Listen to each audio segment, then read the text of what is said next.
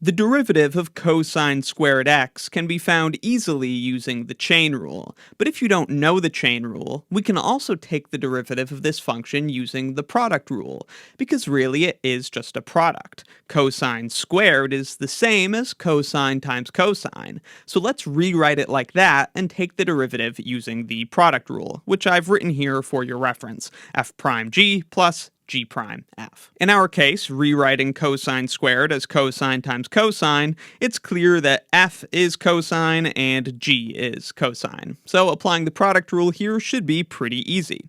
Let's begin with f prime g.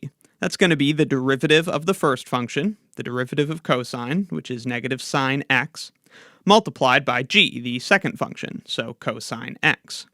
Now, the second term, g prime f, is going to be exactly the same thing, since the two functions getting multiplied here are the same.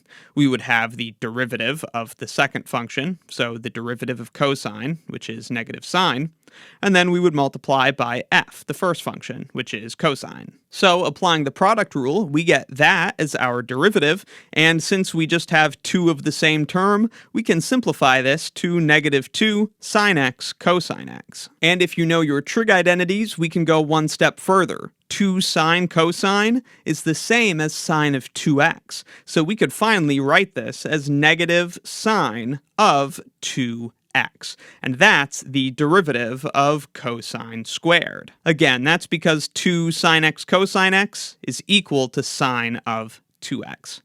So let me know in the comments if you have any questions, and be sure to check out my Calculus 1 course and Calculus 1 exercises playlists in the description for more. Thanks for watching.